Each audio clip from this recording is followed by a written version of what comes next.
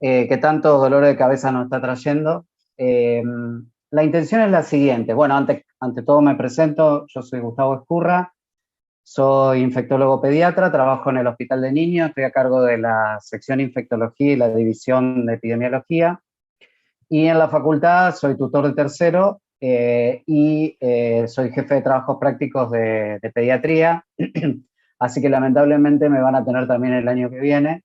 Eh, Así que bueno, les conviene estar bien conmigo. No, mentira. Nosotros el año pasado habíamos dado este webinario bueno, para toda la facultad, yo lo había dado en abril, y como justo estábamos en ese momento empezando la UABP de respiratorio, dimos eso como parte de la charla que se dio en la facultad. Y después lo retomamos dirigido a tercer año en la UABP de emergentes. En realidad es una enfermedad emergente, obviamente, porque es una enfermedad nueva, una infección nueva que ahora vamos a repasar. Y decidimos en este año adelantarlo un poco. La intención era darlo en respiratorio, pero bueno, se atrasó un poquito y lo reformulamos para darlo en esta UABP, dado que en la UABP de emergentes son muchas las patologías que tenemos que ver.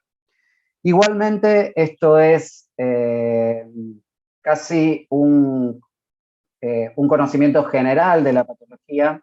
Hay muchas cosas que nos vienen bien repasar también o conocer de salud pública, de epidemiología.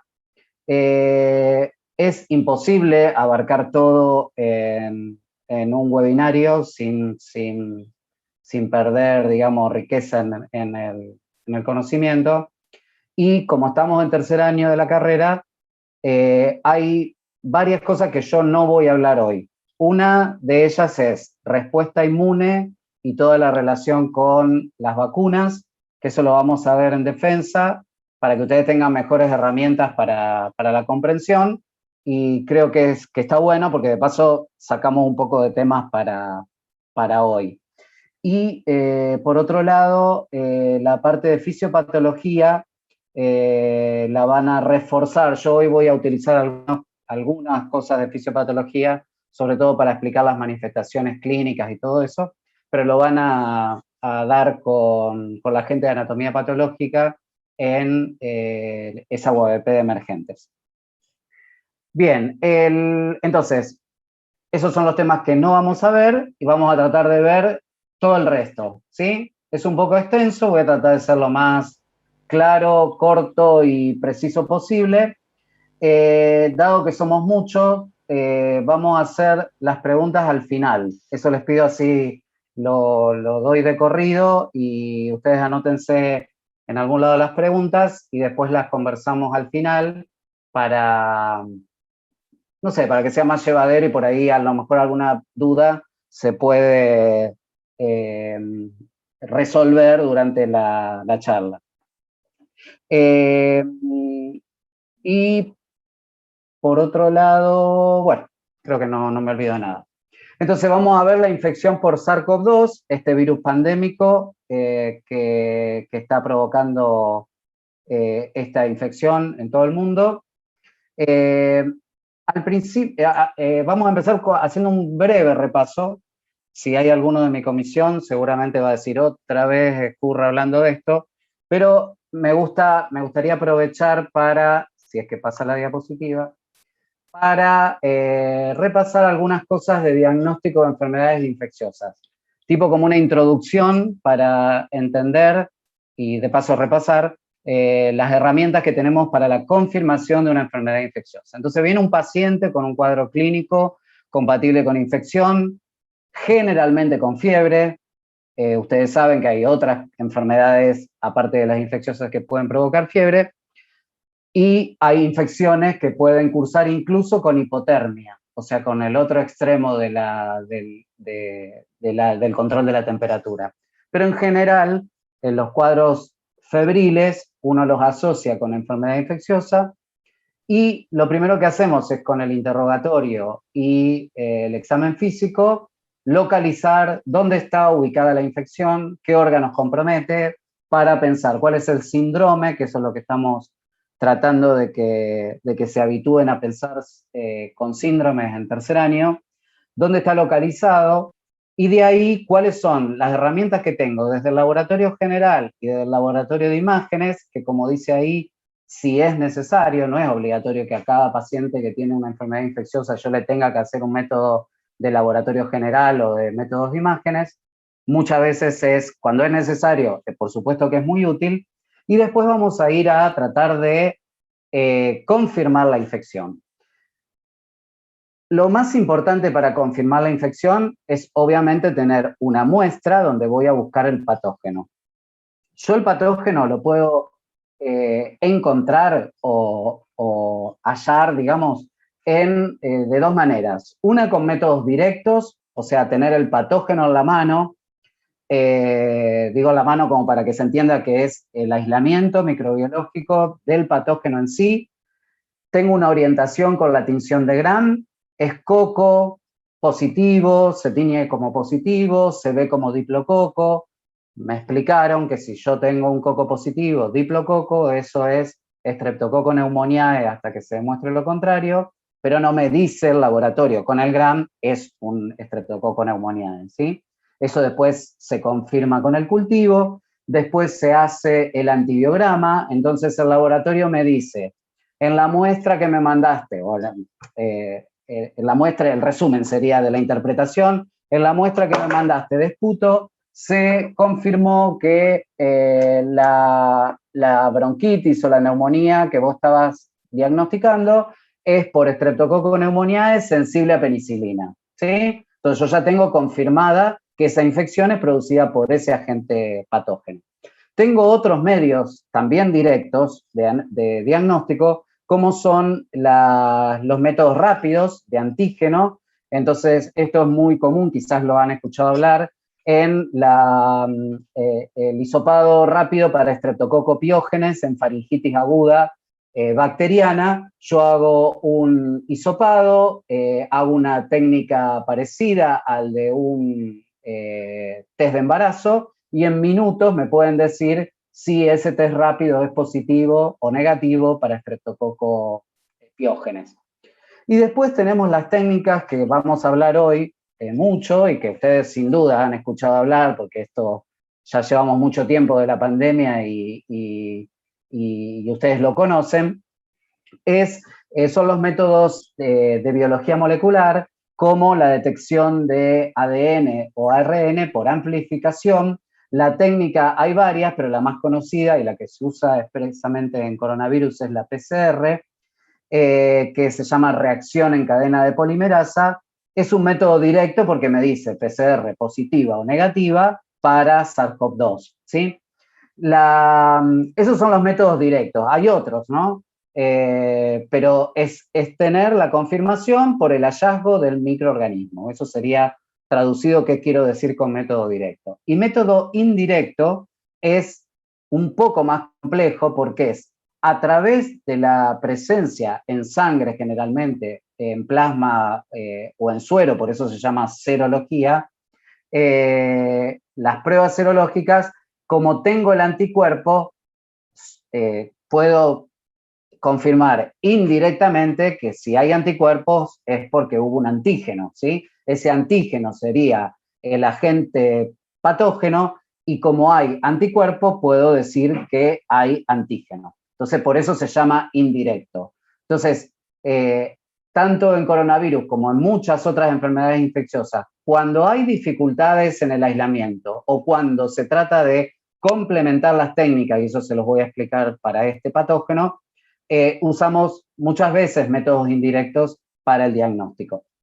Y ahí llego al diagnóstico etiológico y puedo decir que mi sospecha de la enfermedad infecciosa se confirmó que es por determinado agente. Está rebelde para pasar la diapositiva. Ahí está. Entonces acá tienen ejemplos de métodos directos e indirectos. En general los cultivos son más útiles para las bacterias. Cultivar virus se puede, pero es mucho más costoso, más engorroso, dura mucho tiempo. Entonces no lo tenemos como tan disponible para la práctica. Lo contrario sucede con la biología molecular. Es en general mucho más útil para virus, pero también tenemos PCR, biología molecular, para bacterias, por ejemplo. Podemos usar PCR para Streptococcus pneumoniae, para Neisseria meningitis, etc. Y después los métodos indirectos, un comentario que seguramente ustedes conocen.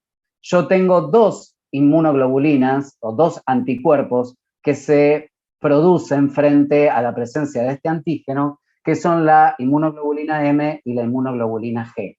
La inmunoglobulina M, en la utilidad más importante que tiene, es que su presencia me hace diagnóstico de infección aguda reciente. No me pone una fecha de cuándo es la infección del paciente. Eso yo lo deduzco de acuerdo a los datos de la semiología y de la clínica, fundamentalmente, de la anamnesis. Y la IgG se utiliza para diagnóstico en general de infección pasada. A su vez, la IgG se puede utilizar también para el diagnóstico, pero, por ejemplo, pasar de una IgG negativa a una IgG positiva, o de una IgG de bajo título a una IgG de más de 4 veces, es el parámetro que se utiliza, pero tengo el inconveniente que voy a necesitar hacer 2 extracciones y 2 extracciones de sangre, ¿sí? Entonces, es un diagnóstico más lento, mucho más lento que tener el microorganismo en la mano y poder confirmarlo de esa manera. Hay muchas técnicas de serología, como la hemaglutinación indirecta, la inmunofluorescencia indirecta, la ELISA, la aplicación de complementos, son técnicas serológicas. Para graficar esto solamente a modo de ejemplo, si yo tengo un sarampión, el sarampión es una enfermedad exantemática, se inicia el exantema y en la forma de diagnosticar sarampión, como es muy difícil cultivar el sarampión, es por métodos serológicos. Entonces, si yo te saco sangre, suponete a las 48 horas que vos tenés el exantema, yo voy a encontrar en tu sangre, si es que tenés el sarampión, por supuesto, voy a encontrar inmunoglobulina M en el suero. Obviamente mi pedido médico va a ser serología para sarampión o IgM para sarampión. De esa manera yo estoy diciendo al laboratorio, estoy sospechando sarampión y sé que la forma de diagnosticar es por serología. Le pido IgM y si esa IgM es positiva, me confirma el sarampión. Ahora, si yo quiero saber si alguien que tuvo alguna vez un exantema me preguntan tiempo después, pueden ser días, semanas, meses o incluso años, me dice que tiene un exantema, que tuvo un exantema, pero que no sabe lo que tuvo, yo puedo pedir, también voy a hacer una semiología, eso lo vamos a aprender bien en pediatría, qué características tiene el sarampión, voy a pedir IgG, o sea, voy a hacer un diagnóstico retrospectivo. Para atrás, si la IgG es positiva, esa persona tuvo contacto con sarampión y voy a poder decir eso, ¿no? Que tuvo contacto en algún momento y que probablemente ese cuadro de exantema puede haber sido por sarampión. Por eso son métodos indirectos. Acá lo mismo, generalmente la IgM en algún momento cae a negativa, eso también lo vamos a ver ahora específicamente para coronavirus, y la IgG sí, en general, como concepto, después vamos a ver que hay particularidades, en general esa IgG es positiva de por vida y es una marca que me queda a mí, al sujeto que tiene la infección, de que tuvo contacto con ese agente infeccioso.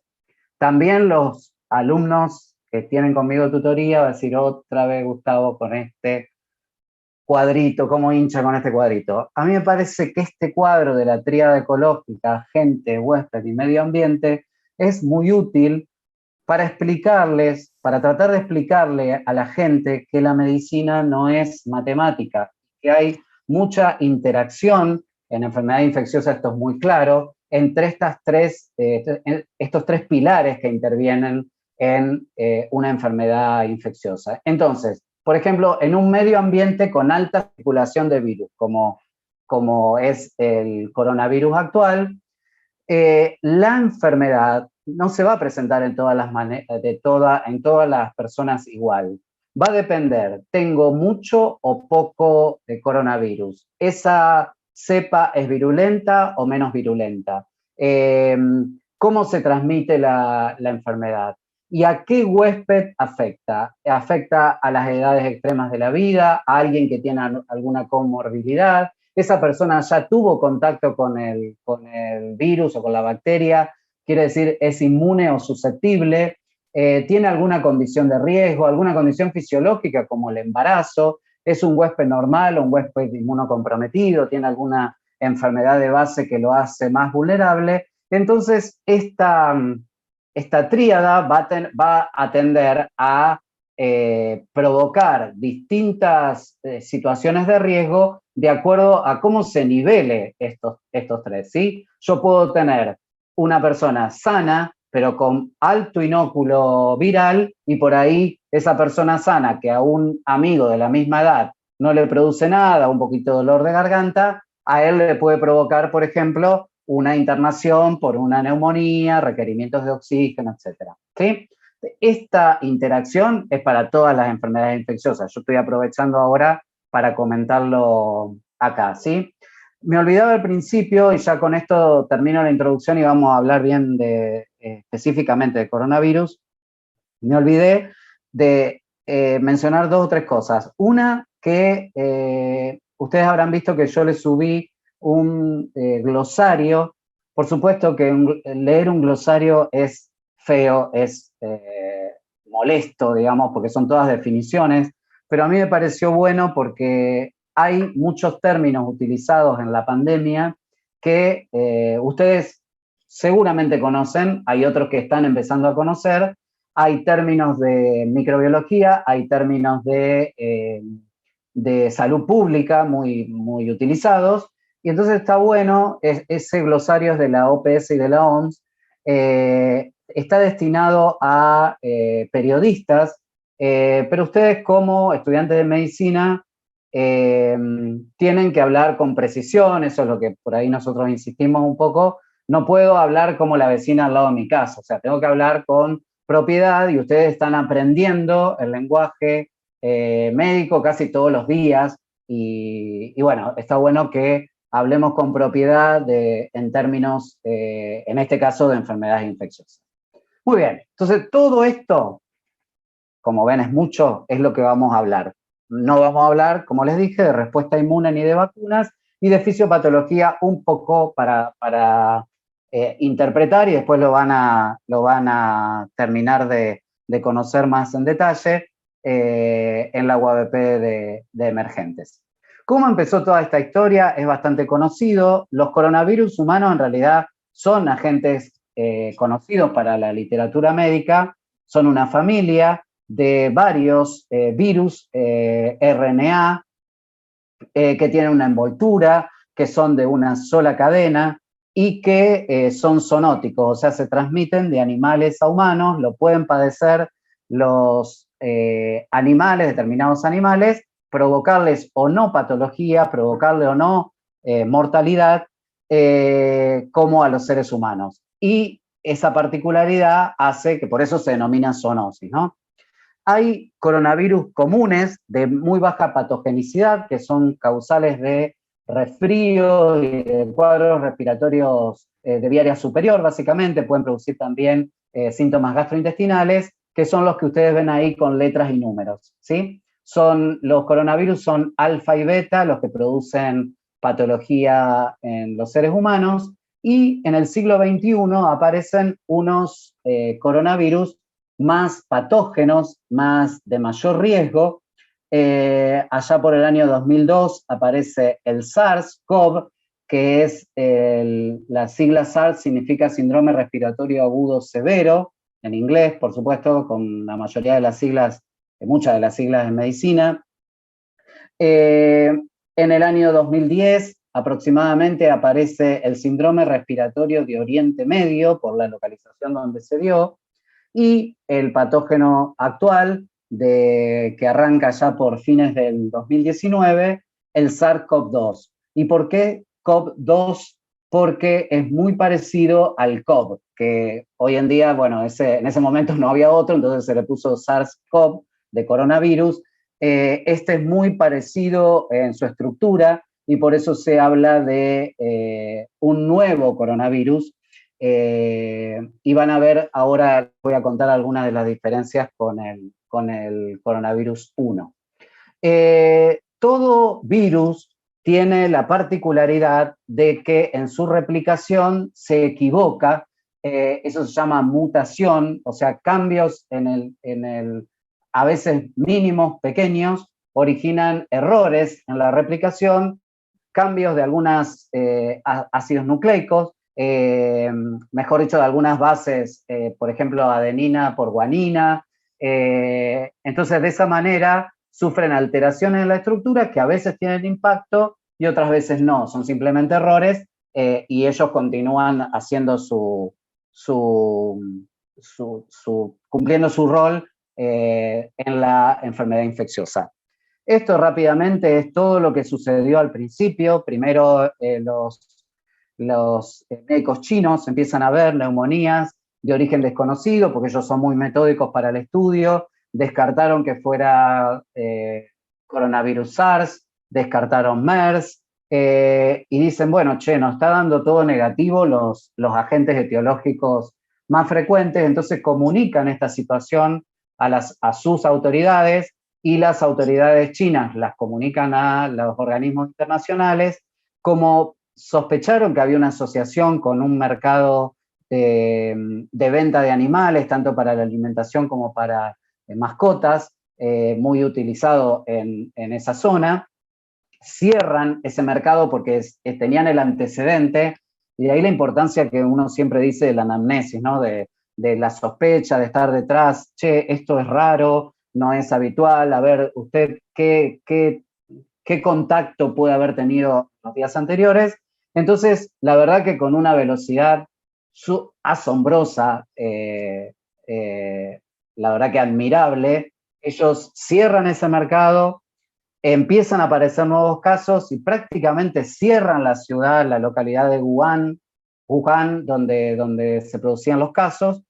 Empiezan, obviamente, con el antecedente del SARS y del MERS, empiezan a estudiarlo, y en poco tiempo, muy poco tiempo, descubren el genoma completo al mes siguiente, directamente en enero, se descubre la estructura completa, y eso hoy en día es lo que nosotros estamos utilizando para el diagnóstico, por ejemplo, para las vacunas, para muchas cosas. Empiezan a aparecer los casos por viajeros empiezan a aparecer en otras localidades, se declara la pandemia, y hay reporte de otros casos, de muertes, de brotes en cruceros, en localidades pequeñas, y se declara primero, a fines de enero, la emergencia de salud pública de importancia internacional. Esto es una colaboración entre todos los países del mundo para avisar que hay un posible patógeno nuevo y preparar a los países para la posible llegada de estos casos. Al poco tiempo, el 11 de marzo, se decreta la pandemia, la Organización Mundial de la Salud, para que se escale en esa detección, tratar de que los casos se diseminen lo menos posible, y aprender, con todo lo que eso significa, de una patología nueva. Dijimos que es una zoonosis. El virus, la estructura es muy parecida al coronavirus del murciélago. Aparentemente, si bien el murciélago es un mamífero muy diseminado en el planeta, aparentemente el contacto con el hombre no es directo, si bien lo tiene, por supuesto. Por ejemplo, un murciélago también nos puede transmitir rabia, y eso es bastante conocido en la población, o se trata de que lo conozca por los riesgos. Aparentemente el coronavirus del murciélago va a huéspedes intermediarios, esto es muy común en la zoonosis también. En el caso del MERS, a estos dromedarios, estos camellos, y en el caso del coronavirus SARS-CoV-2, se sospecha que el huésped intermediario no confirmado es el pangolín, que es es un animalito de esa zona que la gente lo comercializa y lo tiene. Aparentemente ese sería el huésped intermediario.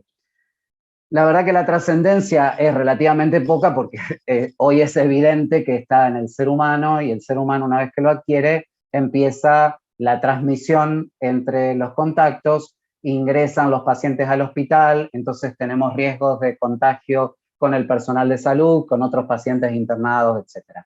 Acá abajo tienen una comparación con los 3 coronavirus al principio de la pandemia, me refiero, por los datos ustedes ven que son casi ridículos de lo que es ahora, pero una comparación más o menos afectan la misma edad.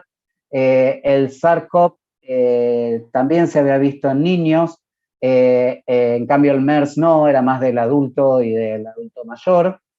La mortalidad del MERS, por ejemplo, era altísima, el 37%, y vamos a ver que hoy el coronavirus SARS-CoV-2 es mucho más baja, pero está mucho más diseminado en el planeta.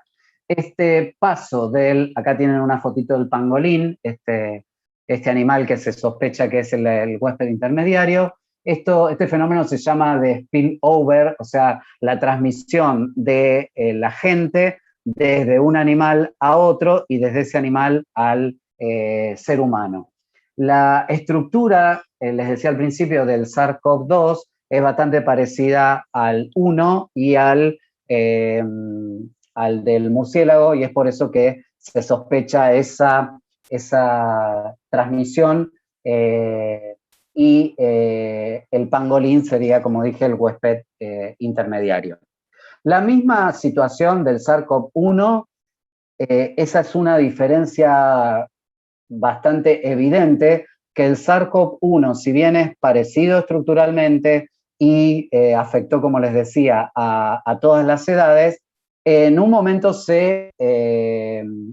cesó la infección, como que se autolimitó, eso es un término también muy utilizado en enfermedades infecciosas, se autolimitó sola porque se habían empezado a estudiar vacunas, se habían empezado a estudiar métodos diagnósticos, se logró un método diagnóstico para el SARS-CoV-1, pero no avanzó el tema de las vacunas, por ejemplo, porque en un momento cesaron los casos. Lo mismo sucedió con el MERS.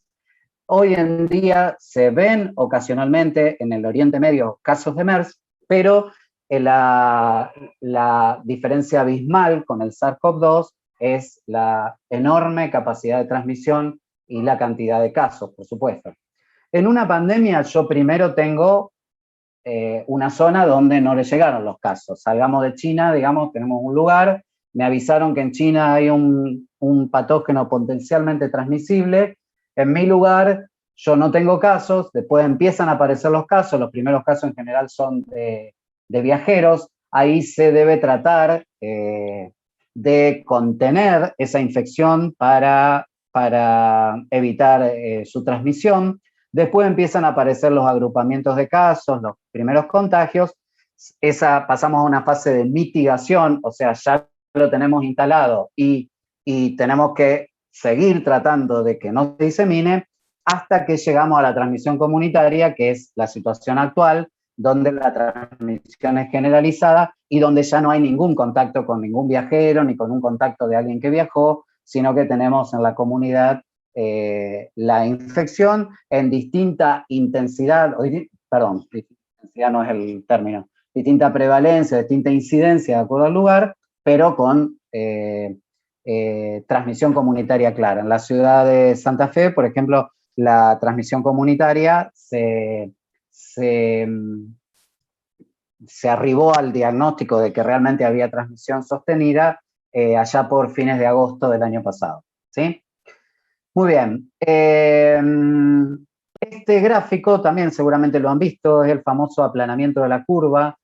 En rayas, no me sale la palabra, interrumpida, ustedes tienen la capacidad del sistema de salud, Si yo al sistema de salud le llevo una enorme cantidad de casos, obviamente no va a dar abasto cuando hay transmisión sostenida, es una transmisión no controlada y por lo tanto yo tengo alto impacto y mucho riesgo de no atender a las personas de la manera que se lo necesita. Entonces, de ahí todas las medidas de intervención para tratar de que esa transmisión sea lo más controlada posible para no sobrecargar, exigir y, por ende, no atender como corresponde al sistema de salud. Entonces, había que hacer en la fase de contención, detección temprana de los casos, y obviamente esto continúa ahora, pero con menos chances de lograr lo que dice la palabra, contener la infección.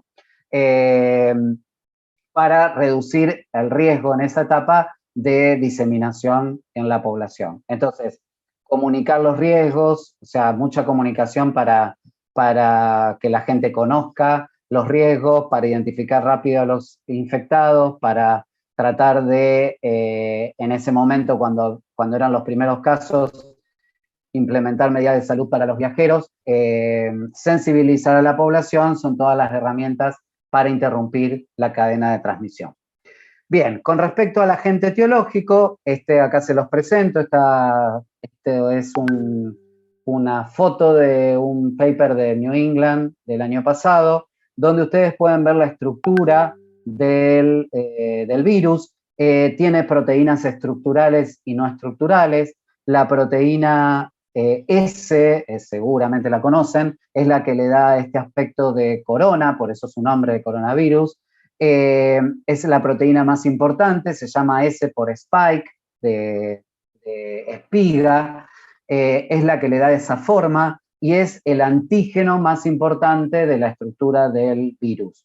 Las otras son proteínas estructurales, son la proteína N de nucleocápside, la proteína M de membrana y la proteína E de envoltura, ¿sí?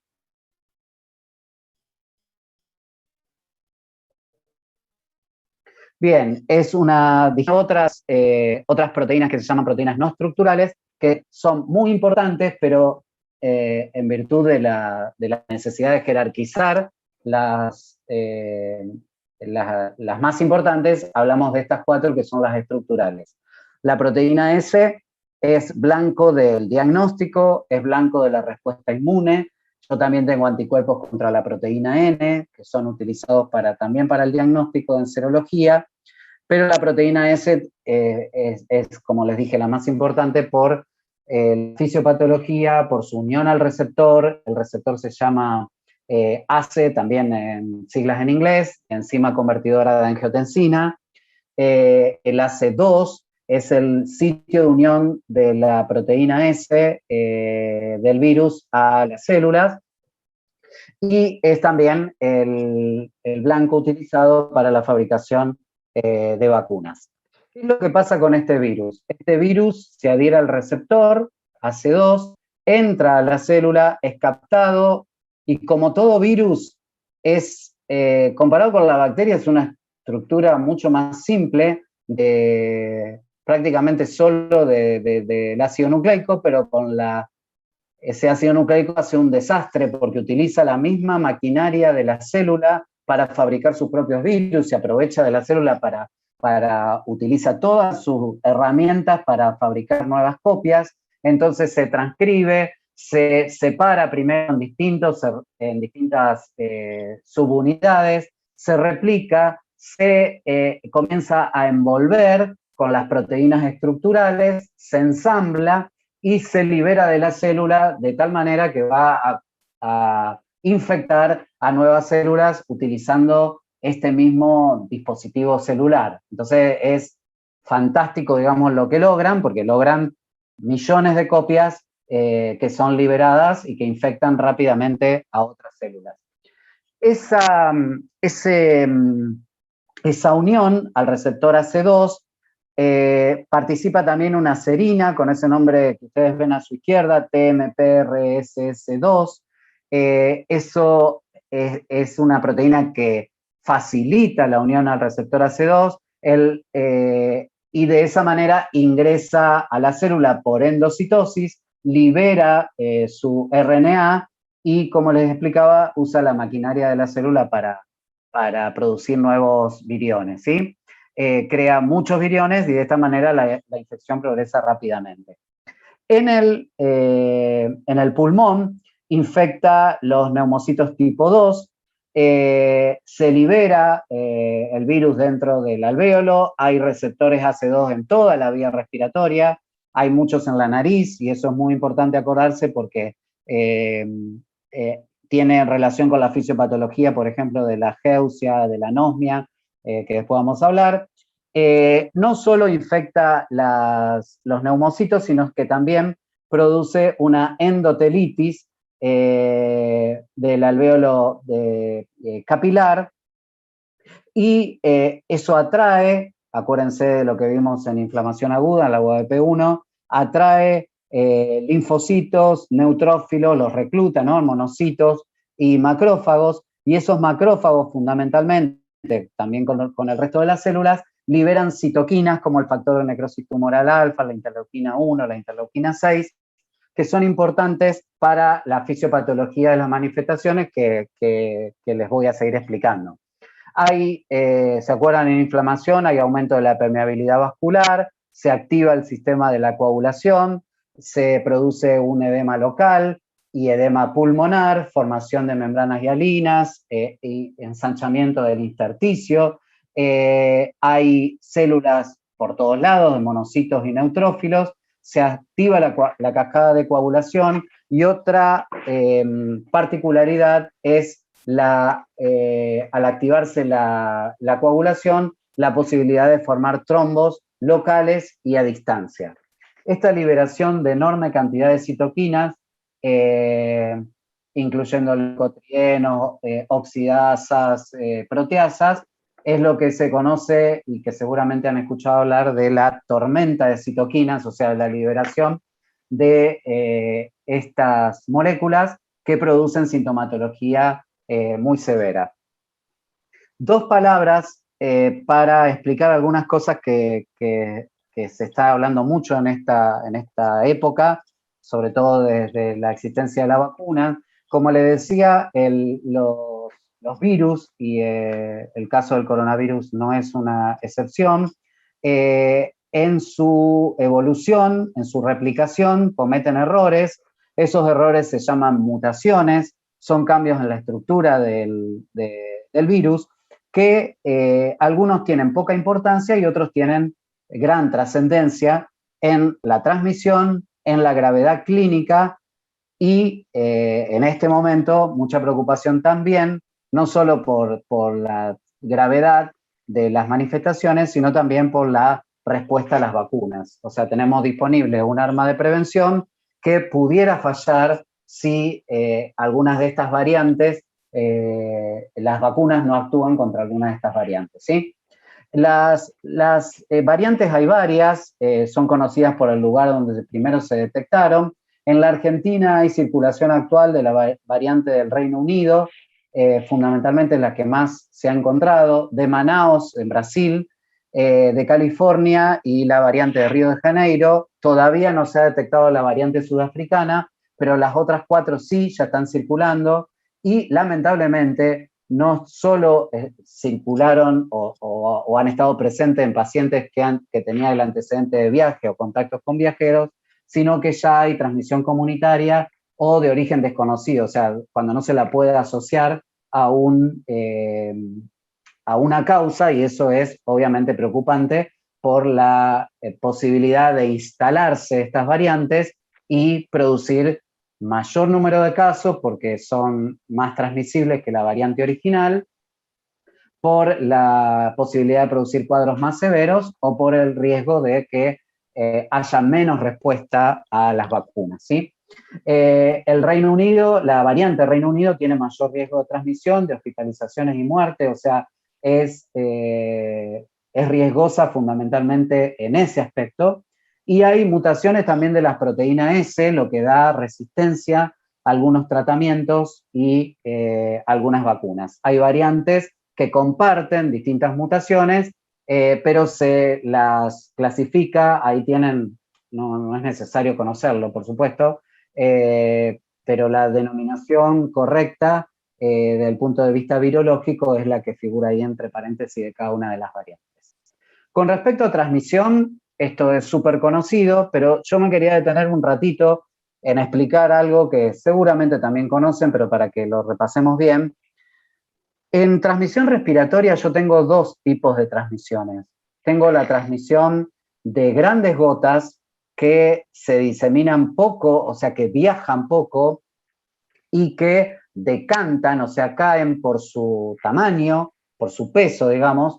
El tamaño, perdón, internacionalmente aceptado se dice que si tiene más de 5 micras es una partícula más grande que tiene la posibilidad de decantar, y al decantar tiene la desventaja que puede contaminar superficies, y por eso hablamos de transmisión por contacto. O sea, al esas gotas grandes caer en las superficies, contaminar las superficies, puede haber transmisión desde ahí a la persona. Esto no es que haya dejado de existir, existe como en muchos virus que se transmiten por contacto, como el virus sincicial respiratorio, la misma gripe también.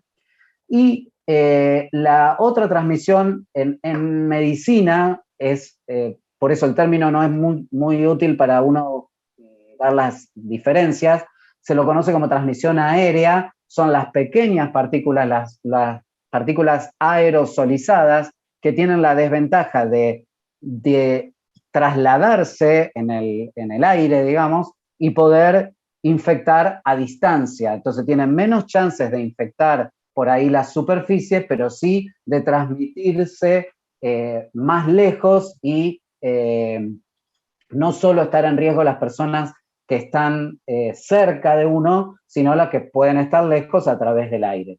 Esto fue bastante resistido. Al principio, la Organización Mundial de la Salud no aceptaba esta forma de transmisión, de hecho, porque no se había detectado esto ni en SARS ni en MERS. Pero evidentemente es una de las explicaciones por las cuales este virus es muchísimo más transmisible, más contagioso que el SARS-CoV-1 y el MERS, ¿sí?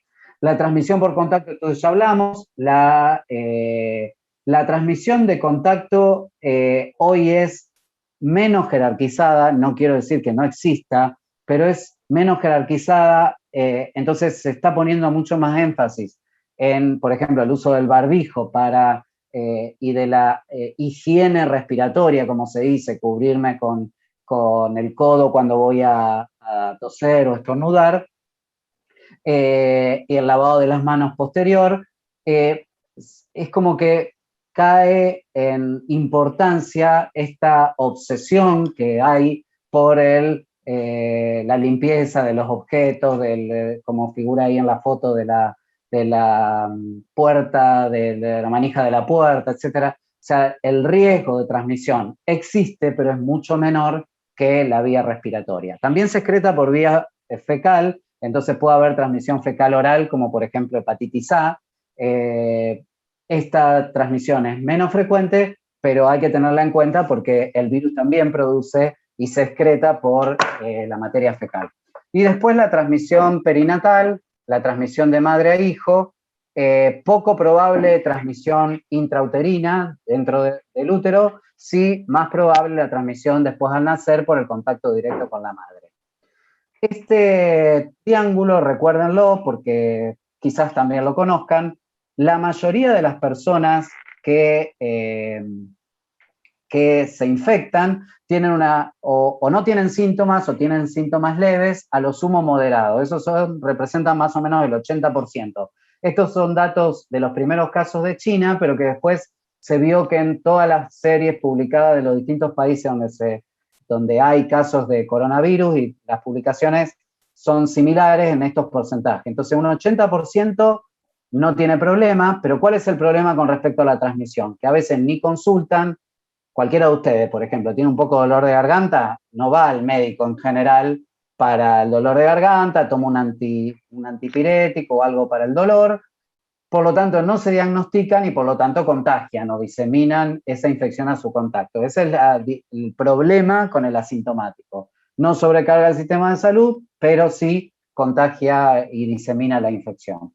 En cambio, los pacientes graves y los casos más críticos, los graves son los que se internan y tienen requerimientos de oxígeno, y los críticos son los que requieren ingreso a la unidad de cuidados intensivos, asistencia respiratoria mecánica, y son el porcentaje más bajo, pero esos sí son los que obviamente consultan por su estado de salud, se diagnostican y se deben tener las precauciones, y eso lo vamos a repasar al final con medidas de prevención, para evitar que de un paciente que ingresa porque su salud lo requiere, podamos tener contagios y transmisión intrahospitalaria, que es esa sigla que dice ITIH.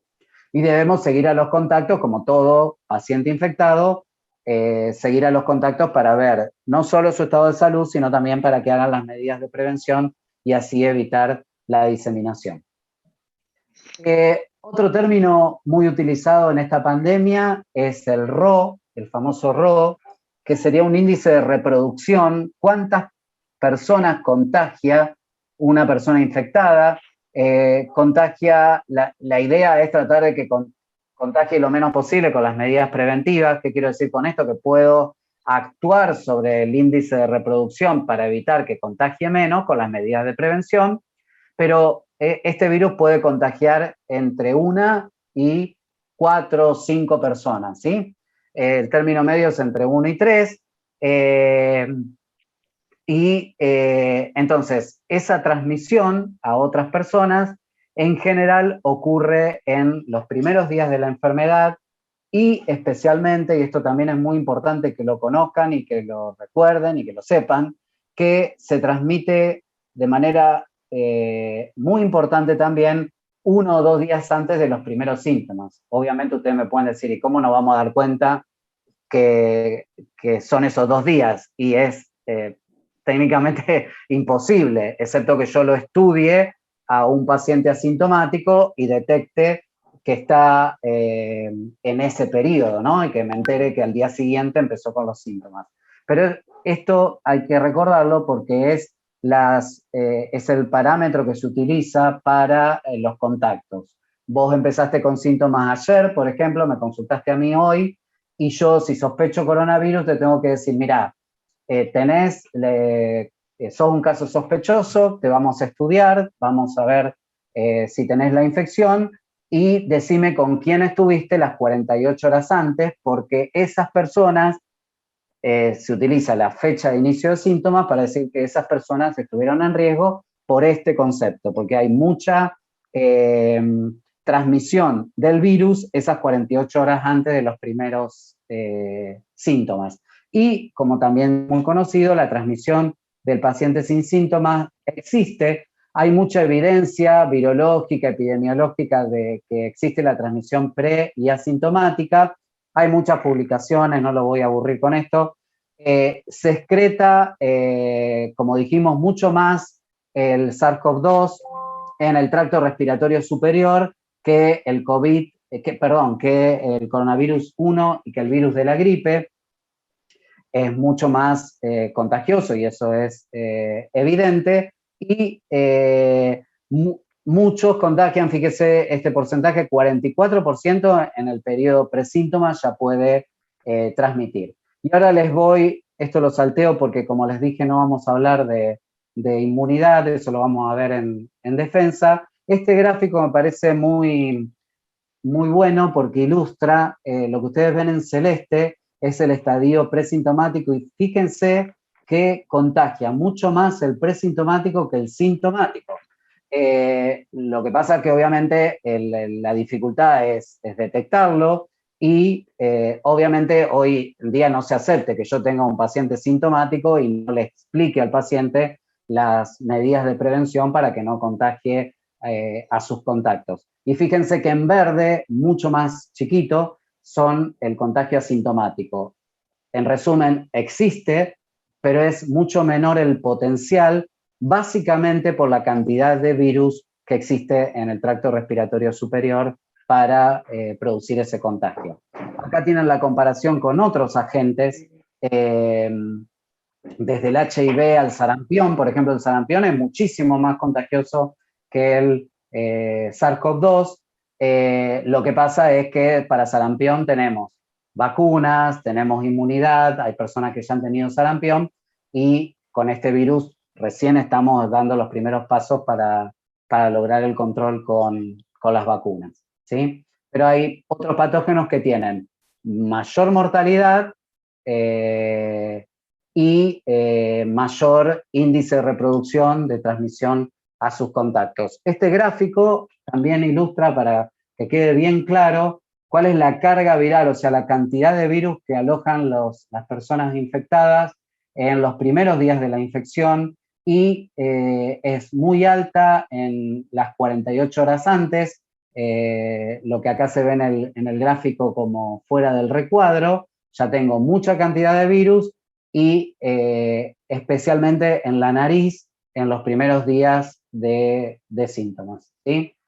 La sobrevida en superficies, dijimos, no estoy minimizando la transmisión, es claro que esto en la superficie sobrevive y a veces sobrevive muchos días, dependiendo, obviamente, depende, como yo siempre digo, depende de qué, de la cantidad de virus, de la temperatura, del tipo de superficie. Entonces, como ustedes ven acá, por ejemplo, sobrevive más, acá hay una comparación entre el SARS-CoV-1 y el SARS-CoV-2, en los aerosoles, o sea, en la vía aérea, se detectó SARS-CoV-2 y SARS-CoV-1, en el cobre, o sea, lo que son superficies, la cartulina, por ejemplo, y el cobre, al ser superficies rugosas, tienen menos tiempo de sobrevida, a diferencia del acero inoxidable y el plástico, por ejemplo. Entonces, esto es nada más que para comentar que ha sido estudiado y realmente confirmado que el virus sobrevive en la superficie. Otra cosa que se está hablando mucho en transmisión ahora es qué rol juegan los niños en la transmisión. Sí.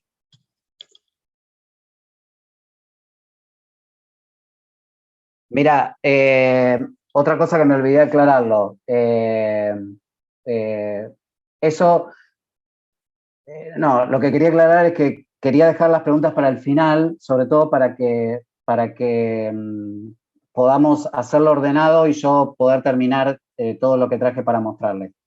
Eh, eh, Básicamente la respuesta te la acabo de dar hace un ratito, o sea, depende no es que contagia o no el billete, depende de ya te dije que es bastante menos el riesgo de contacto por superficie, es mucho más importante el contagio respiratorio, y si, para contestar la pregunta, depende del inóculo, si ese billete estuvo en contacto con alguien muy reciente, con alta carga de virus, y vos no te lavaste las manos, o sea, hay muchas menos chances que esa sea una forma de transmisión, por lo menos importante y sostenida, ¿sí?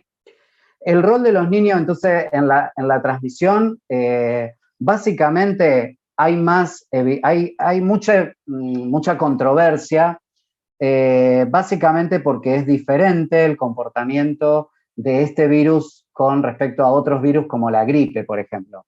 En la gripe, los chicos sí son altamente transmisores y, de hecho, por ejemplo, en la gripe en la pandemia del 2009, se adelantaron las vacaciones de invierno y cayeron, a los chicos no tener contacto en la escuela, cayeron los casos de gripe, ¿sí?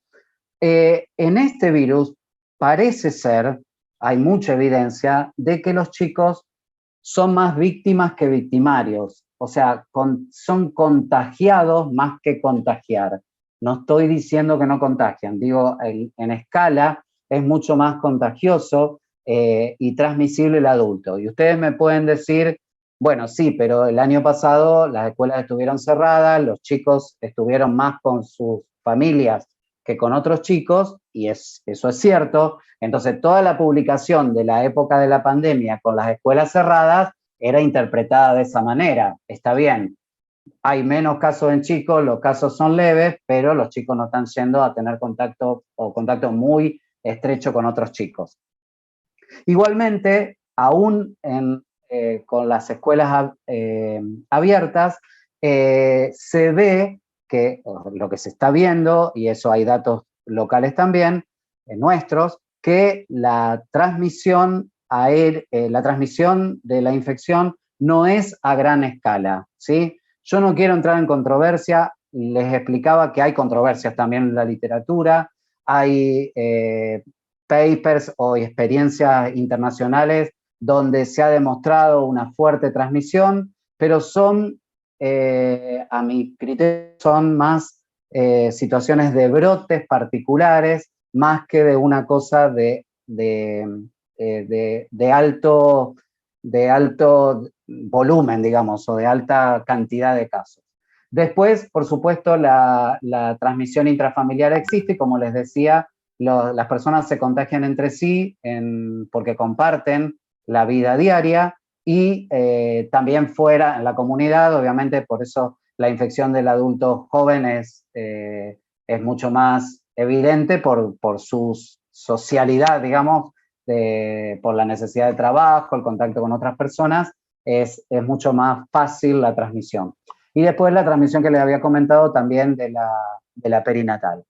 Como concepto, para no ser aburrido y no insistir mucho con esto, los niños, por un lado, y después ya se los voy a mostrar en la clínica, son, como decíamos, menos propensos a infectarse y no serían impulsores significativos de esta pandemia, no serían los problemáticos, digamos, no serían super spreaders, se habla mucho en la literatura, o super diseminadores. Es muy poco probable, existe, pero en baja frecuencia, que el niño sea el primer caso en la familia. En general se contagian de un adulto. Y es probable que eso sea por menor excreción viral. Y por lo tanto, como van a ver después, la clínica es bastante más leve que el adulto.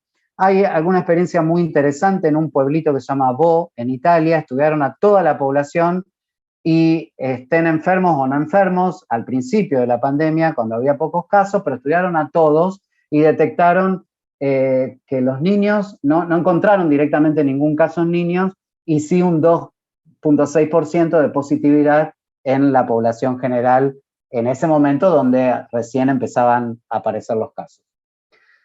A modo de resumen de la parte epidemiológica, entonces la transmisión asintomática es posible, se transmite por contacto, por gotitas, aéreo, ya le sacamos el signo de pregunta ahí de la diapositiva. El pico de infectividad es en las primeras 48 horas de los síntomas, y como dijimos, las 48 horas antes del inicio de los síntomas.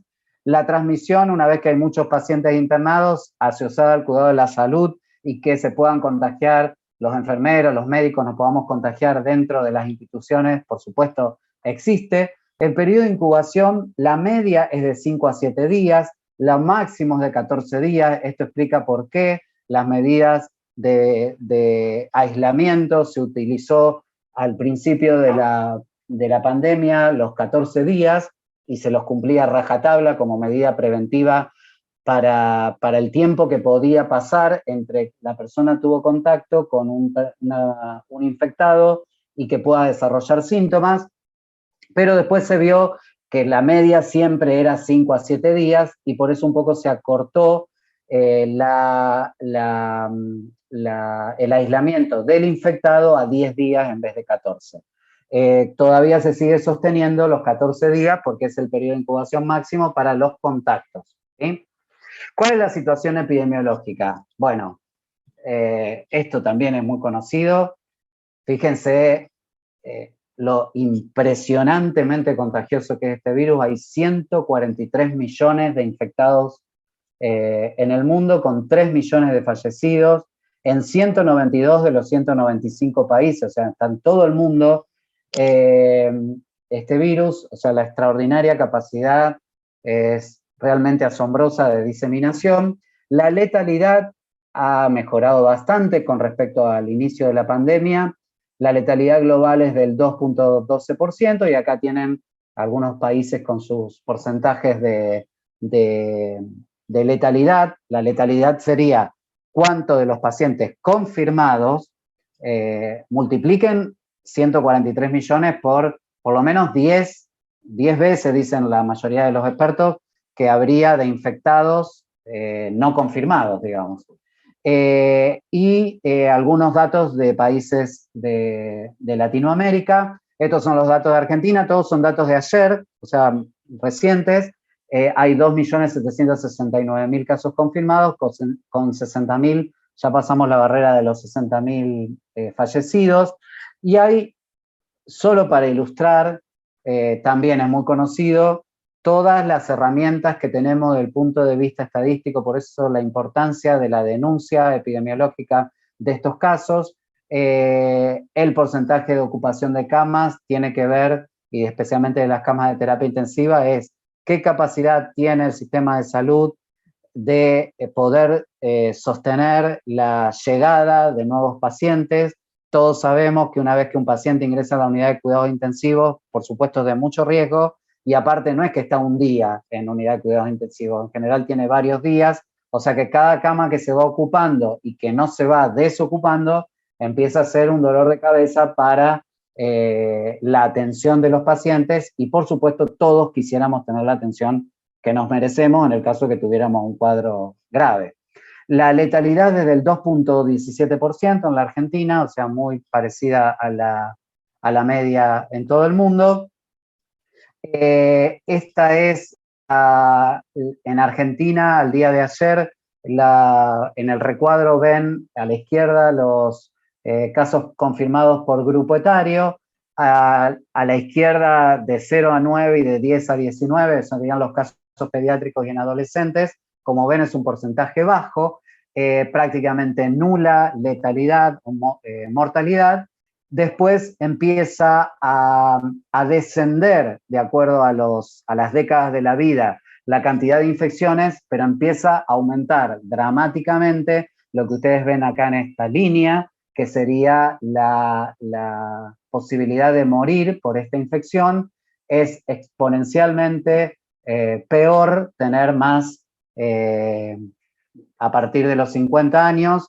Me toca muy de cerca y obviamente me preocupa mucho porque uno empieza a ver que está cerca de la edad donde empieza a aumentar los riesgos de hacer formas graves y que llevan a la muerte, de hecho, a personas de ese grupo etario, ¿no?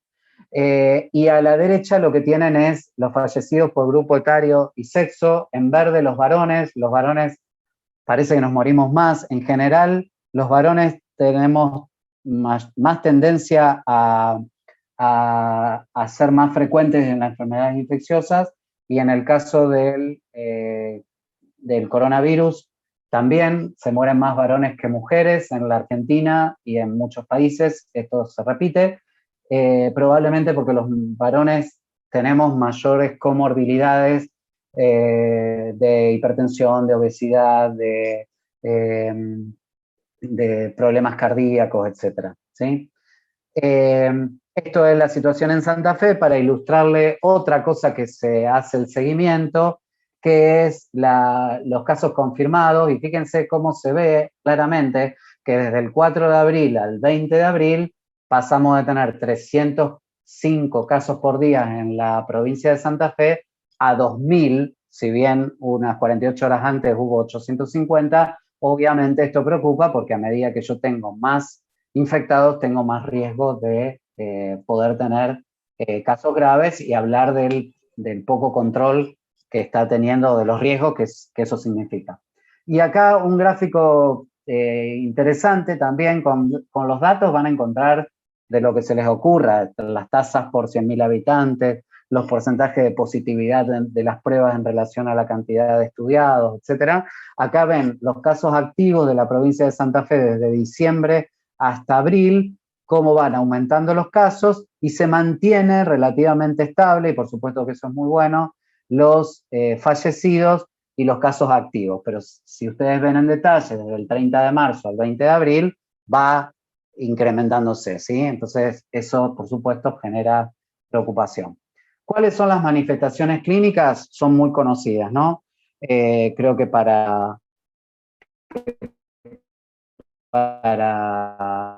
para todos van desde no tener nada a morirme por distrés respiratorio, sepsis o shock séptico, pasando por tener infección del tracto respiratorio superior o neumonía intersticial, lo más frecuente, pero también puede ser con la semiología de consolidación, unio bilateral, moderada a severa.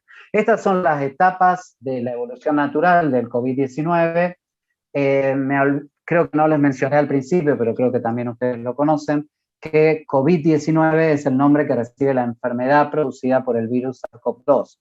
Tengo una fase de replicación viral, de infección temprana, que esas son la mayoría de los pacientes, como dijimos, con los síntomas que ya conocen, fatiga, catarro, dolores musculares, resfrío común, fiebre, que puede o no estar presente, pero la mayoría de los pacientes tienen febrícula o fiebre, la pérdida del gusto del olfato, después la fase pulmonar, que sería el ingreso con todo lo que vimos de fisiopatología al pulmón y la clínica pulmonar, y la fase hiperinflamatoria con la liberación de la tormenta de citoquinas, que eso es lo más asociado, no lo único, esto es bastante dinámico, después se los voy a mostrar en otro gráfico. Un paciente puede pasar rápidamente de infección precoz a fase hiperinflamatoria. Son los que más originan los casos graves, ¿sí? La sintomatología grave. Son menos prevalentes y los casos son más leves en niños que en adultos. Hay varias hipótesis de por qué esto pasa. Parece que hay una diferencia en el número de receptores AC2. Hay, paradójicamente, el sistema inmune inmaduro y el contacto con otros virus protege a los niños, a diferencia de los adultos. La respuesta del niño frente al patógeno, que como les dije lo vamos a ver bien en defensa, es mucho más rápida. Entonces, como que se desembaraza más rápido y se protege mejor. Hay incluso muchos trabajos de protección por la vacuna BCG, no tiene nada que ver con el coronavirus, la vacuna BCG es para tuberculosis, pero parece que brindaría una protección, entonces habría menor probabilidad de que un niño de un país como el nuestro que recibe vacuna BCG tenga algún grado de protección, y esto hay mucha investigación en la literatura. Produce no solamente cuadros respiratorios, es un virus sistémico que produce manifestaciones extrapulmonares.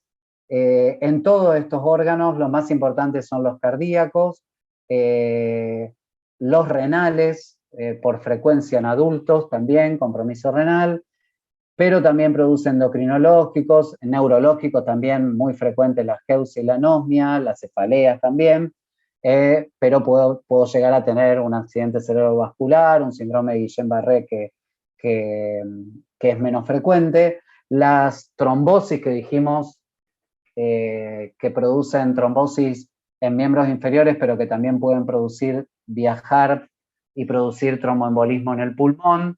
Las náuseas, vómitos y diarreas son frecuentes, menos frecuentes que los síntomas respiratorios, pero puede presentarlo, y las manifestaciones dermatológicas también, y muy variadas. Esta es la definición de caso sospechoso. Ahí tienen la página donde está publicado, se va actualizando. La última definición es cuando ya estábamos en transmisión comunitaria en casi todo el país, de septiembre, donde para definir caso sospechoso tengo que tener 2 o más síntomas de los que están acá: fiebre, tos, odinofagia, dificultad respiratoria, cefalea, mialgias, diarreas o vómitos, o la pérdida repentina del gusto del olfato, que es bastante característico de esta infección. Entonces, en este momento, con tanta cantidad de casos, si de golpe pierdo el gusto y el olfato, es prácticamente un sello de que tengo coronavirus. El criterio 2 es al trabajador de la salud, al personal esencial o al que trabaja, por ejemplo, en un geriátrico, se usa una definición más amplia todavía, y con un solo síntoma debemos ser estudiados, sobre todo por el riesgo de transmisión a nuestros pacientes o a los abuelos que estamos atendiendo en un geriátrico, etc. Y el criterio 3 es el síndrome inflamatorio multisistémico, que es una entidad particularmente pediátrica, son pocos casos en la Argentina, hay 100 y pico de casos, nosotros en el hospital hemos tenido 5 casos nomás, son cuadros severos, mucho menos frecuentes en niños comparados con los cuadros leves, como ya les comenté. Con respecto al diagnóstico, vamos a tener la sospecha por la epidemiología, por el cuadro clínico, y lo vamos a tratar de confirmar con el laboratorio específico. Ante un caso sospechoso, tenemos que notificar. Esta es una enfermedad de denuncia obligatoria e individual. Se hace una ficha epidemiológica, todos los médicos nos enojamos y pataleamos contra la ficha porque hay que hacerle una ficha a cada paciente con una serie de datos que son orientadores de los contactos, de cuándo empezó con los síntomas, de qué localidad es, como para tener todos estos datos epidemiológicos salen básicamente de esto, de todas las fichas que se hacen con los casos sospechosos, y hacemos la toma de muestra que vamos a hablar en un ratito. No a todos le vamos a pedir el laboratorio general, ¿se acuerdan de lo que les conté al principio de la charla, de lo que hacemos en enfermedades infecciosas? Si hiciéramos un laboratorio, lo más probable es que encontremos leucopenia, linfopenia, en algún pequeño porcentaje plaquetopenia y LDH aumentada como parámetro del proceso activo en muchos pacientes.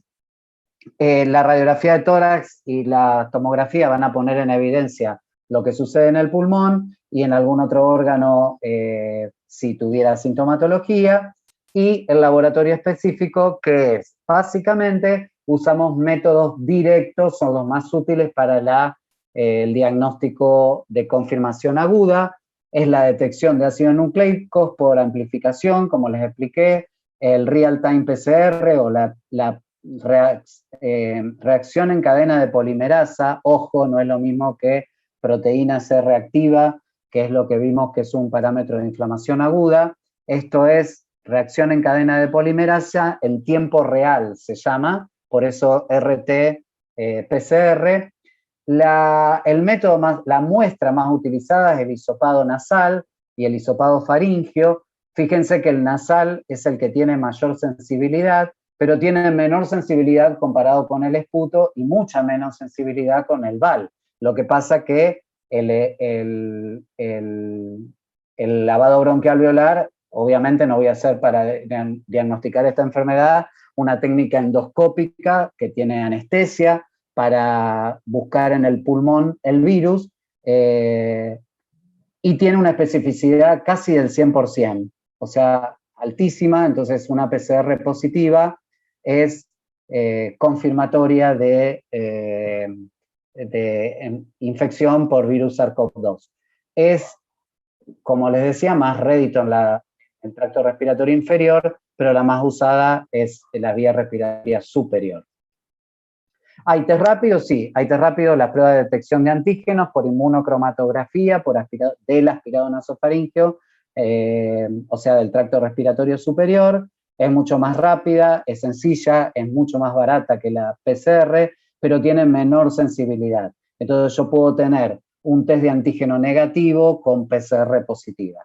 Entonces, si hago un test de antígeno, me piden una prueba que es rápida y que en pocos minutos me dicen el resultado, yo ya me puedo ir con el resultado. Si es positivo, me confirma; si es negativo y el paciente sigue con síntomas, después se hace PCR, ¿sí? Y las técnicas de anticuerpos existen, pero como les dije al principio, son mucho menos útiles para el diagnóstico agudo porque se positivizan después y son utilizados más para estudios de prevalencia o diagnósticos tardíos. Y acá tienen graficado esto de lo que estábamos hablando. O sea, yo puedo tener una PCR positiva, como dijimos que hay virus en el tracto respiratorio superior, puedo tener PCR positiva en el estadio presintomático. Lo que pasa es que no voy a estudiar en general a estos pacientes, excepto que le hiciera, como se está haciendo en este momento, por ejemplo, a los jugadores de fútbol para poder tener contacto y no aislarse con sus compañeros. Entonces se hace ese screening de PCR, pero en la vida real, incluso por el altísimo costo que tiene la PCR, es utilizada en pacientes sintomáticos. En otro uso en asintomáticos, es pacientes que van a ser operados. En algunas circunstancias se hace la PCR previa como para, en cirugías que obviamente no se pueden posponer, que se pueden posponer, si está cursando una infección asintomática o presintomática, se posterga la cirugía hasta que esté libre de infección. Lo que ven en rojo es, para explicarles una cosa también importante, la PCR es muy utilizada, muy útil, porque incluso es positiva, como les decía antes del inicio de los síntomas, ni hablar en todo el periodo sintomático, pero tiene la desventaja de que yo no me habla exactamente en la evolución, no me habla de actividad, ¿sí? Sí me habla de actividad el cultivo del virus, entonces esto es lo que ustedes ven en rojo, es si yo cultivo ese virus en el tracto respiratorio y lo pongo en estos métodos costosos que yo les explicaba, a la segunda semana no serían tan contagiosos como si en la primera semana. Entonces, la PCR me puede amplificar germen, virus muerto, digamos, como para que me entiendan lo que estoy queriendo decir. Entonces, yo puedo tener PCR positiva a largo plazo y es un gráfico que fue muy útil para entender que no necesitamos tener PCR negativa para darle el alta a un paciente, que al principio de la pandemia sí, se exigía que tuviera 2 PCR negativas. Eso se demostró comparando la PCR con el cultivo y se vio que la PCR positiva, por ejemplo, de la tercera semana o de la segunda semana, es virus muerto y no virus vivo y transmisible y de riesgo para el paciente, ¿sí? Y después tenemos la serología, en lo que ven en línea violeta y verde, es la IgM y la IgG, que fíjense que aparecen recién en la segunda semana, por eso no lo utilizamos para el diagnóstico agudo, porque recién van a aparecer los anticuerpos, este periodo entre que yo me infecté y yo señalo con el dedo como ustedes me vieran, donde empiezan las líneas hasta acá, es el famoso periodo de ventana, o sea, el tiempo que tiene el sistema inmune desde que el virus ingresa al organismo hasta que lo reconoce el sistema inmune y produce las inmunoglobulinas que yo puedo usar para diagnóstico. Hay un tiempo en que si yo te saco sangre y quiero, aún pidiéndote la IgM, me va a dar negativo seguramente en esta primera semana, ¿sí? Ese es el motivo por el cual no se usa como método diagnóstico. Acá tienen la comparación entre los tres tipos de métodos diagnósticos y la utilidad de los anticuerpos fundamentalmente es para el diagnóstico retrospectivo, para los pacientes asintomáticos que han tenido contacto, por eso retrospectivo, para reincorporar al trabajo, pero esto es hoy en día poco utilizado. Uno de los usos de los anticuerpos son para los estudios poblacionales o para, si yo quiero saber la prevalencia de la enfermedad retrospectivamente, y para determinar en el plasma de convalecientes la cantidad de anticuerpos que tienen, si me puede servir para tratamiento. Esta es la ficha de denuncia que se completa para la denuncia de caso. Esta es la definición de caso confirmado, o sea, el paciente que yo tenía como sospechoso, que tiene una prueba de PCR positiva,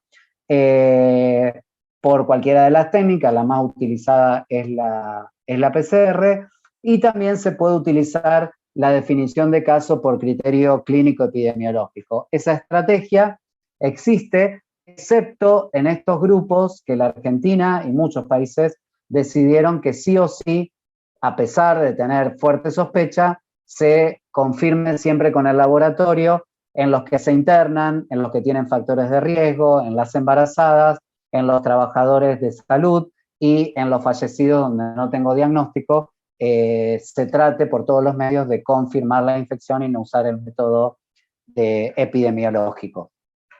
Estos son los hallazgos en las radiografías y tomografías. incluso pueden estar presentes antes del inicio de los síntomas, la opacidad en vidrio esmerilado, los sectores en parche, uni o bilateral y las anomalías del intersticio. Estas son algunas radiografías de los primeros pacientes de la pandemia del Hospital Cuyen con distinta gravedad, donde ustedes pueden ver las lesiones en parche, acá a la derecha, muy cerca de las costillas, en el extremo del parénquima, es muy característico de este virus. En una época se pretendió usar esto como confirmación, pero bueno, no, esto forma parte del estudio de los pacientes, especialmente los pacientes que tienen clínica de neumonía y que son la mayoría de los pacientes que se internan. No se debería usar esto como confirmación diagnóstica. Dos palabras de tratamiento, porque eso también me olvidé de avisarles al principio. Vamos a dar conocimientos generales. Igual es fácil porque no hay tratamientos específicos, hay mucha investigación, pero el tratamiento es básicamente sintomático y de sostén, como la gran mayoría de las infecciones virales, y que se manejan ambulatorios, se internan en sala común, en unidad de cuidados intensivos, de acuerdo a la gravedad. Hubo acá tienen una foto de todos los fármacos que se estuvieron estudiando,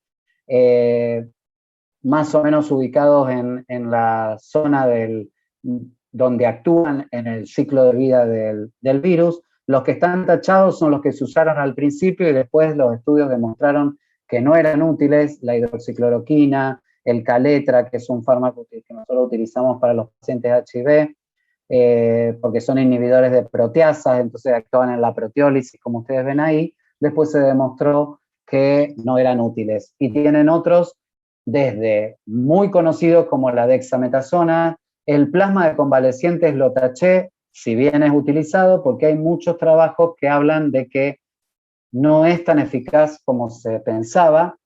Igualmente quizás le debería sacar tachado, porque si yo tengo mucha cantidad de anticuerpos en el plasma de un donante, de un paciente que tuvo coronavirus, la eficacia es mayor que si ese nivel de anticuerpos es bajo. Entonces, puede ser utilizado, pero ya les digo, trabajos incluso argentinos publicados en revistas internacionales como el New England, un trabajo muy importante, demostró que no hay tanta eficacia como se pensaba. Hay promisorio el suero equino, que eso es un trabajo argentino que se está suministrando a los pacientes y que los resultados son bastante prometedores, porque el caballo fabrica mucha cantidad de anticuerpos cuando se lo enfrenta al coronavirus y se está usando, por supuesto, con poco riesgo de respuesta anafiláctica al suero de un animal que recibe un ser humano.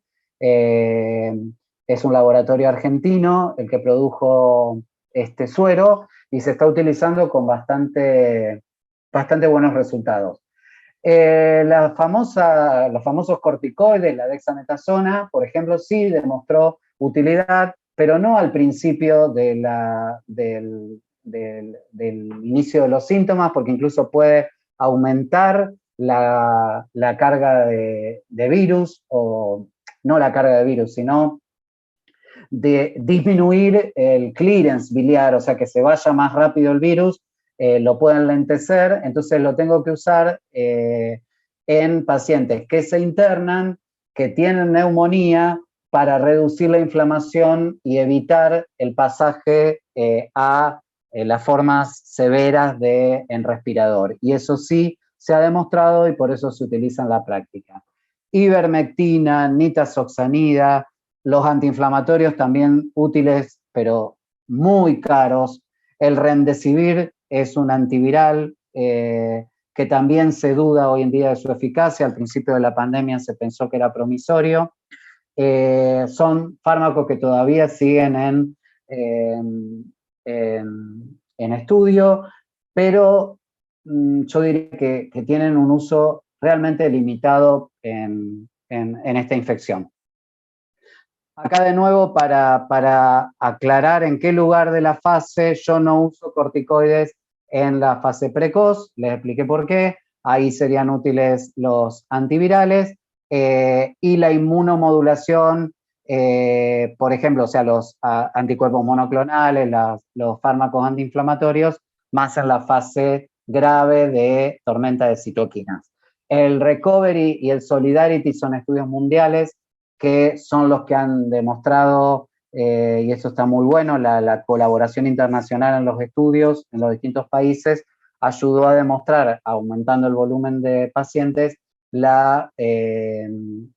éxito o el no éxito de estas drogas. Ya vamos terminando de factores pronósticos, algo ya dijimos de la edad y de las comorbilidades, mayor de 50 años, más riesgos de mortalidad, compromiso bilateral o progresión radiológica, es peor, por supuesto, que tener compromiso de la vía aérea superior o inferior y poco compromiso respiratorio. Hay algunas variables de laboratorio que también inciden en el pronóstico. Por supuesto, si tengo insuficiencia respiratoria, tengo mucho más riesgo de mortalidad que si no la tengo. Y las comorbilidades, que también son muy conocidas, son las cardiopatías, los obesos, los diabéticos, los inmunocomprometidos, como los pacientes que tienen HIV, trasplantados, inmunodeficiencias primarias, etcétera, uso de drogas inmunosupresores tiene mayor riesgo de mortalidad. Y el ingreso a cuidados intensivos, dijimos que también. Esto bueno, ya creo que quedó bien claro que es exponencial cómo se va duplicando y cuadriplicando la mortalidad con el paso de la edad. Esto es lo que les decía que para reforzar lo que vi al principio, les mostré al principio, de la mayoría son cuadros leves, pero a los cuadros leves también hay que seguirlos y a los moderados con más razón para ver si no estamos en el proceso de evolución a un cuadro de gravedad. Como dijimos, acá dice 4%, la letalidad en este momento es del 2%, la gran mayoría de los pacientes se recupera. Ustedes están en la época en la etapa de la carrera donde están conociendo mucho, realmente es muchísimo lo que tenemos que estudiar en injuria y en defensa, pero está puesta como conocer para prevenir. Entonces, las medidas preventivas las voy a pasar rápido porque son muy conocidas, pero son especialmente donde necesitamos que ustedes ayuden en la diseminación de esta información para que la gente las tenga en cuenta para evitar que continúe el aumento del número de casos en la pandemia. Estas son las 10 recomendaciones de la OMS: la higiene respiratoria, informarse, no viajar, limpiar la superficie, lavarse las manos, etcétera.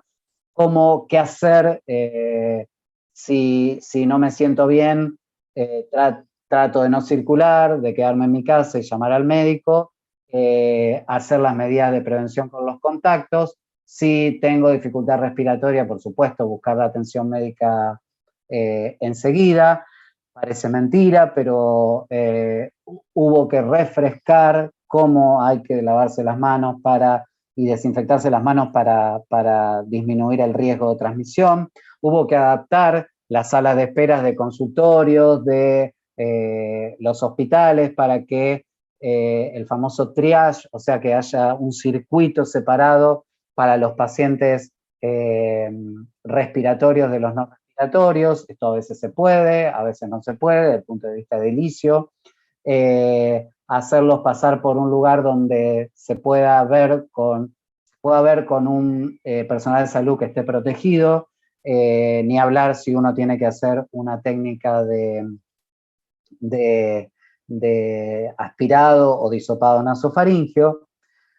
Esto se conoce de toda la vida y a los que hacemos control de infecciones hasta te da un poco de bronca con nosotros mismos, cómo no difundimos lo suficiente para que el trabajador de salud sepa que realmente deberíamos usar precauciones de barrera siempre en contacto con, por ejemplo, con secreciones de los pacientes.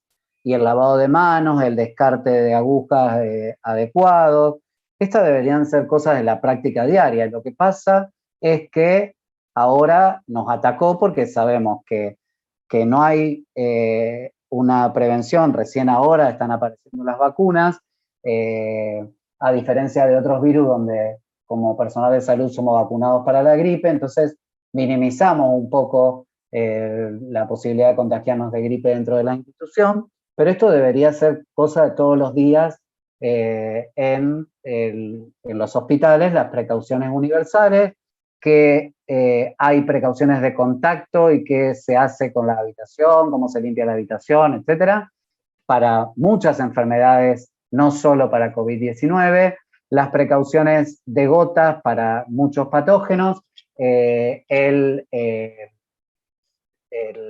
cuidado respiratorio, el uso del barbijo, en contacto con el paciente. Hoy en día esto parece, es y debe ser de todos los días en las instituciones de salud, pero deberíamos conocerlo, digamos, de otras infecciones. Los elementos de barrera o los famosos EPP o equipo de protección personal se deben colocar de una manera correcta para evitar también y especialmente para el retiro correcto, para no transmitirse con secreciones al retirarlo, con secreciones obviamente infectadas de ese paciente sospechoso. Estas son las recomendaciones nacionales del uso correcto de los equipos de protección personal y en qué situaciones. No debo usar el barbijo, no debo usar un N95, que es un barbijo de alta eficacia, muy costoso comparado con el barbijo común y, por supuesto, mucho más caro que el tapaboca casero que usamos por ahí en la calle. El N95 se debe utilizar fundamentalmente para procedimientos que generan aerosoles como la intubación endotraqueal, la reanimación cardiopulmonar, la toma de muestra, porque en ese momento obviamente puede haber contacto. Solamente en esas situaciones deberíamos usar y no pasearnos como por ahí uno ve, y me pone un poco nervioso cuando uno ve personal de salud que anda por los pasillos con barbijo N95. Eso no debería suceder con el contacto con pacientes, lo mismo el uso de guantes, las antiparras, etc. La identificación de contactos, ya dijimos, pero fundamentalmente la identificación para el control de los contactos, el aislamiento de los contactos es sumamente importante para evitar que ellos puedan ser vehículos de transmisión. Después están todas las medidas políticas, si se quiere, pero basadas en salud pública, de cómo tratar de interrumpir la transmisión por medidas que tengan alto impacto porque son decretos o leyes. Entonces, toda la fase que ustedes conocen, volvimos a la fase 1, o sea, el aislamiento estricto, quiere decir que esa es una manera que se utiliza para tratar de limitar la circulación, etc. Vacuna, dijimos que no voy a hablar, pero obviamente hoy en día es la vedette del momento, porque eso también es clarísimo que sin vacunas esto no se controla. Si no tenemos vacunas, es imposible controlar esta pandemia y los casos seguirían creciendo y creciendo en número si no disponiéramos de esto. Este es un gráfico que también seguramente lo vieron, el modelo del queso suizo, que es si uno quisiera enhebrar todas las agujas del queso, todos los agujeros del queso, no lo lograría. Esto para graficar la importancia de que tienen todas las medidas preventivas, utilizar desde el uso de máscaras, el distanciamiento social, quedarme en la casa si estoy enfermo y no circular, tratar de evitar las aglomeraciones, hacer la cuarentena o el aislamiento, mejor dicho, de las personas infectadas, tratar de estar en ambientes bien ventilados y, por supuesto, las vacunas, que es lo actual. Hubo lo que se llamó infodemia, quizás hoy esté un poco menos, sea menos importante, pero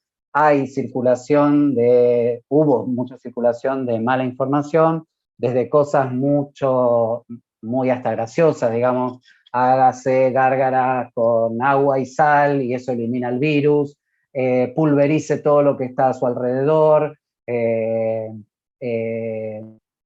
los chinos se contagiaron porque comían murciélagos, los que tienen grupo sanguíneo A tienen más riesgo de tener coronavirus, o sea, estas son informaciones que aparecieron al principio de la pandemia y que, bueno, la verdad es que hoy en día siguen existiendo por ahí en la población, ¿no? Y que por supuesto nosotros como estudiantes de medicina no podemos repetir.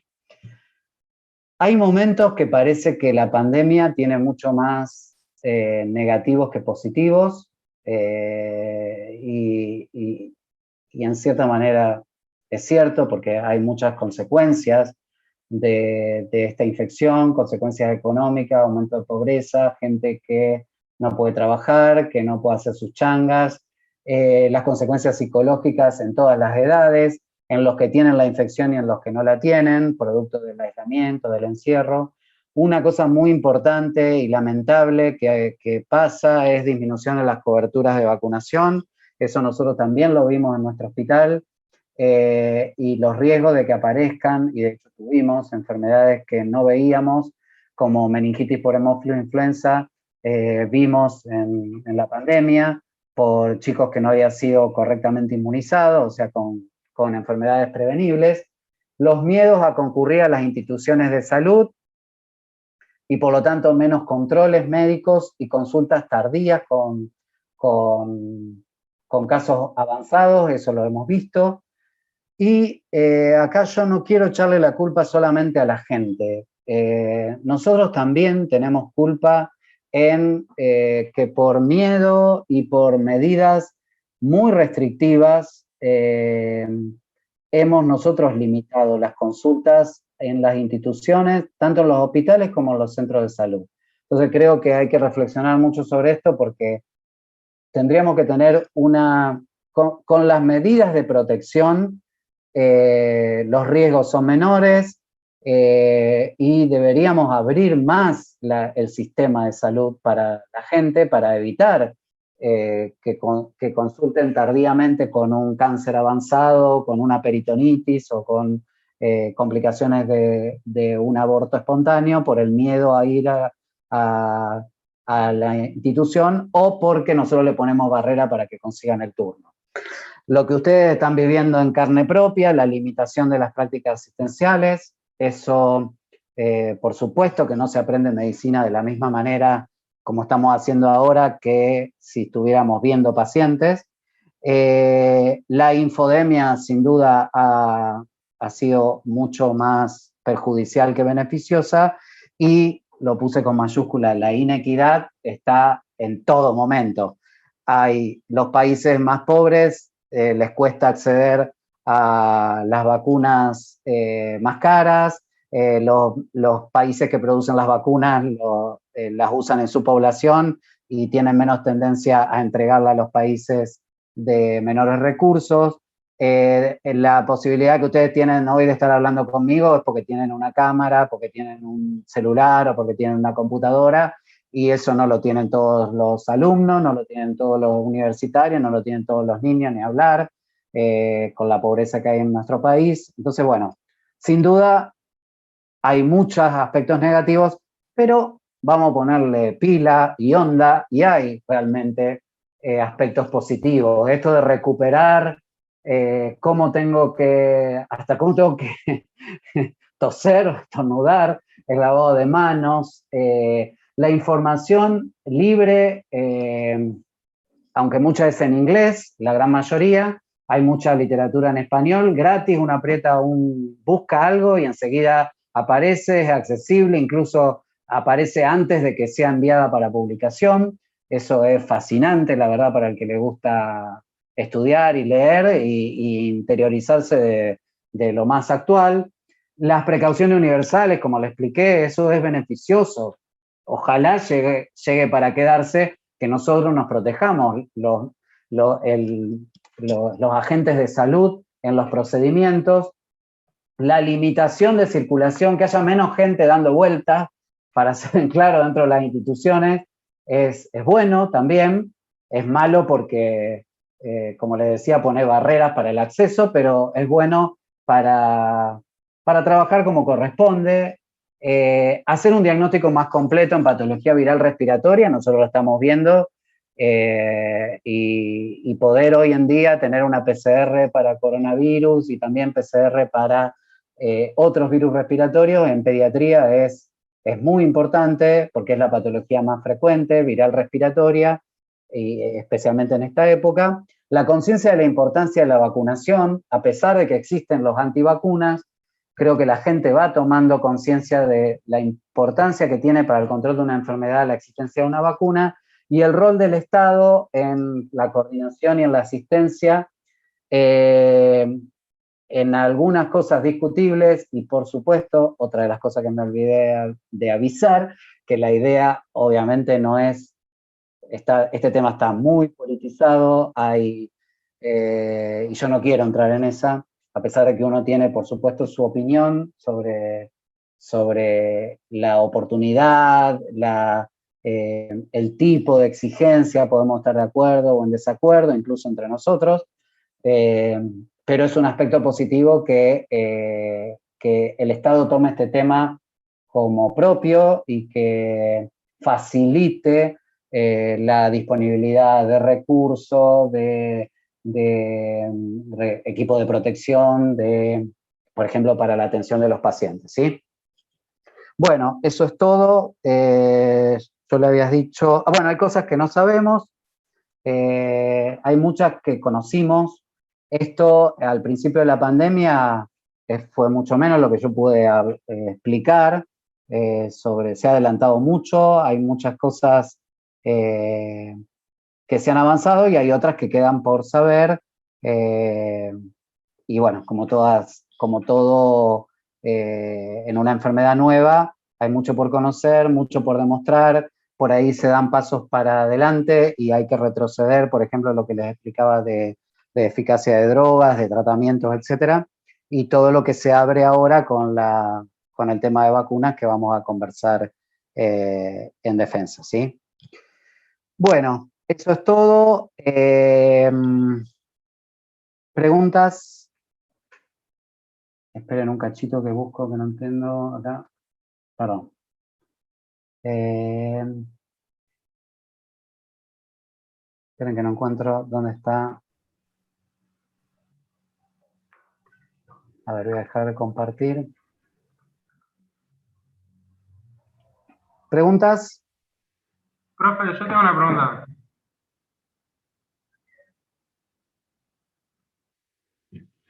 No. Hay controversia, hay mucha literatura, hay literatura a favor, pero la Sociedad Argentina de Infectología considera que es un fármaco que debe ser utilizado en dosis muy altas y que su eficacia no está del todo demostrada. Entonces, son mucho más riesgosos los efectos adversos que lo demostrado de eficacia. Entonces, desde la Sociedad Argentina de Infectología, que es la que agrupa a los infectólogos de Argentina, tanto de niños como de adultos, especialmente de adultos, la posición frente a esto es que no hay evidencia suficiente para ser utilizado ni tanto en tratamiento como en prevención. ¿Es discutido? Sí, es discutido, pero esa es la conclusión, digamos, de lo que se conoce hoy de ivermectina, ¿sí?